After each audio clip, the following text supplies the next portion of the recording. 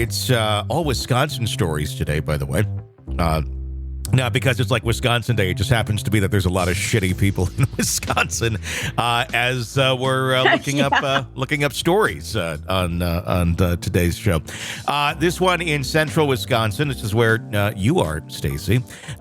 Brittany and Tristan Hull have been formally charged and are set to stand trial after allegedly starving and severely neglecting their 15-year-old stepdaughter. The child, who weighed a mere 58 pounds upon hospitalization admission, had sparked a community outcry and a serious legal battle against the couple. Brittany Hull entered a not guilty plea last week to charges of chronic child neglect and causing great bodily harm.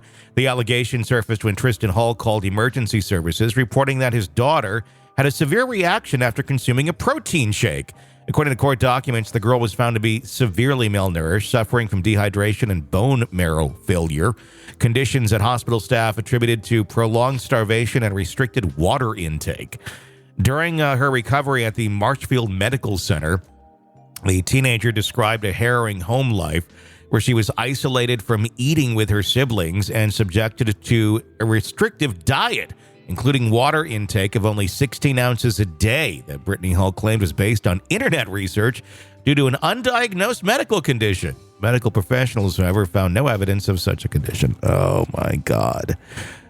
Further investigation. So sitting next to me is I've got a Yeti bottle next to me that's, I think this one's 18 fluid ounces. Mm-hmm. I go through at least 3 or 4 of these in a day. Sure.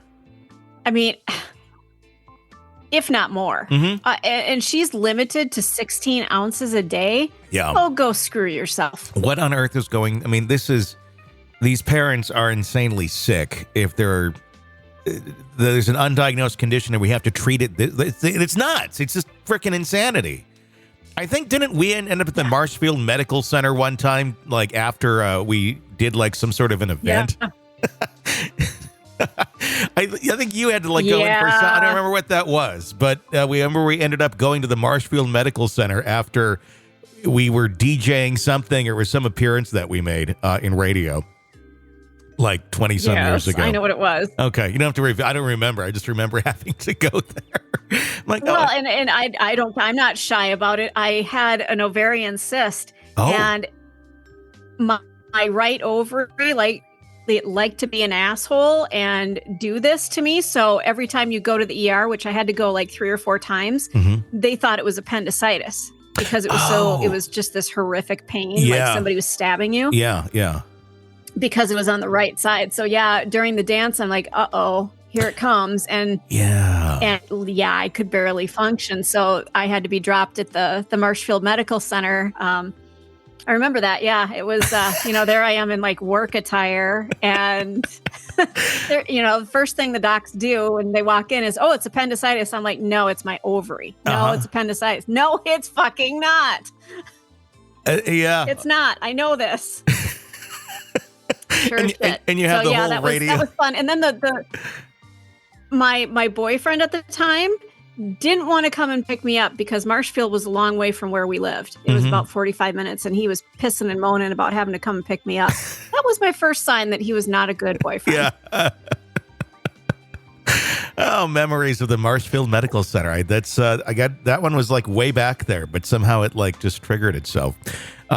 Anyway, continuing on to this story. Further investigation into the couple's home revealed more disturbing details.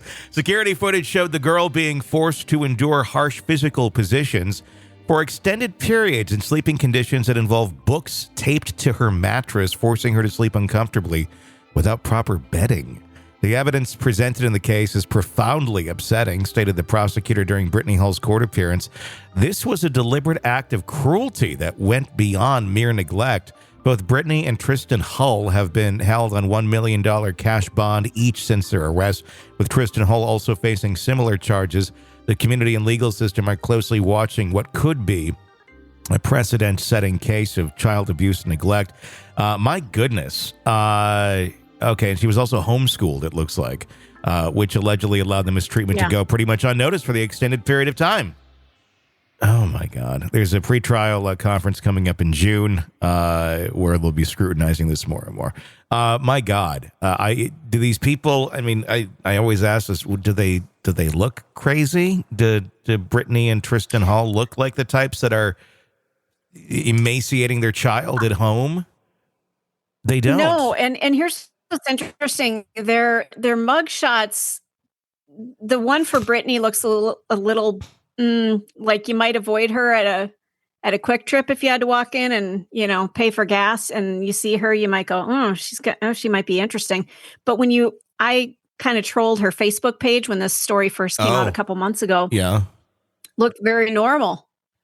Very normal, church-going people, just active in the community-ish. And this case reminds me of the Ferreter case down in Florida with the boy in the box. Yeah. I mean, what? Just, how there were some kids that were treated normally, and then this one child who was Brittany's stepdaughter was treated horrifically for no good reason. It's just, oh my, I don't know. I can't wrap my mind around why on earth you would do this. What is your goal here? Do they truly think that they were helping the child in some way, shape, or form, or what? Do they believe their nonsense that they read online, and that, this must be the way to cure this thing that's not even a real I'd be curious as to what she thought the child had that was never diagnosed, or if it's even really a diagnosis, or if it's some sort of let's get the demons out type shit. Yeah. Are we talking, is this a Daybell situation where they thought maybe there was demons and they were trying to, starve the demons out? Or, I don't know. Or like mama, the mommy bloggers, Ruby Frankie as well. Like weird religious beliefs. I mean, that's the only thing that could come to mind as to why someone would be doing these sort of things. I don't know.